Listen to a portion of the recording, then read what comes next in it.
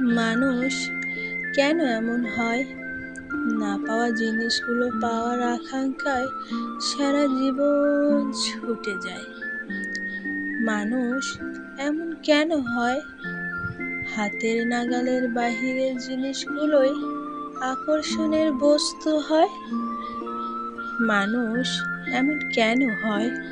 স্বার্থের বাহিরের জিনিসই বারবার পছন্দ হয়ে যায়। মানুষ এমন কেন হয়? মাটিতে থেকে দূরের আকাশ হতে চায়। মানুষ কেন এমন হয়? হাজার কষ্টে থাকা উড়া পাখির মতন উড়তে চায়। মানুষ এমন কেন হয়?